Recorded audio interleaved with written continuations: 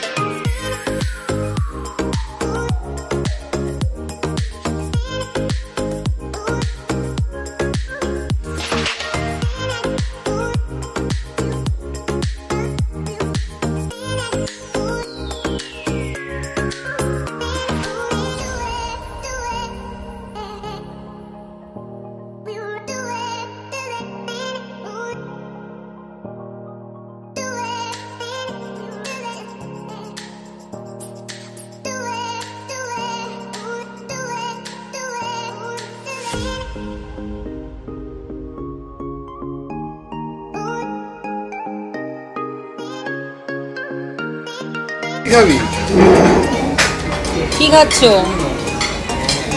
নেক piece. ওই নেক piece এখানে? নেক piece তো কাটতে হয়। এখানে নেক পিস তো নেই। রানী সব নেক পিসগুলো বেজে দিনি।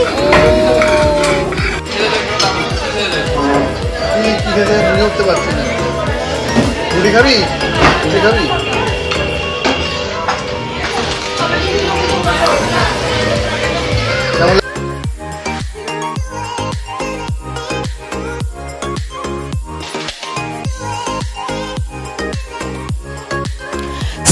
বন্ধুরা, খাওয়া দাওয়া আমাদের শেষ। দেখতেই পেলে কত কি খেলাম। হ্যাঁ, আজকে অনেক কিছুই খেয়েছি। আর লাস্ট খাওয়ার পর মুড়ি আর মিছরিটা, মুড়ি মিছরিটা না খেলে কি জমে বলো। সো আজকের মতন টাটা, ভালো থেকো, সুস্থ থেকো, দেখা হচ্ছে নেক্সট কোনো ব্লগে। বাই।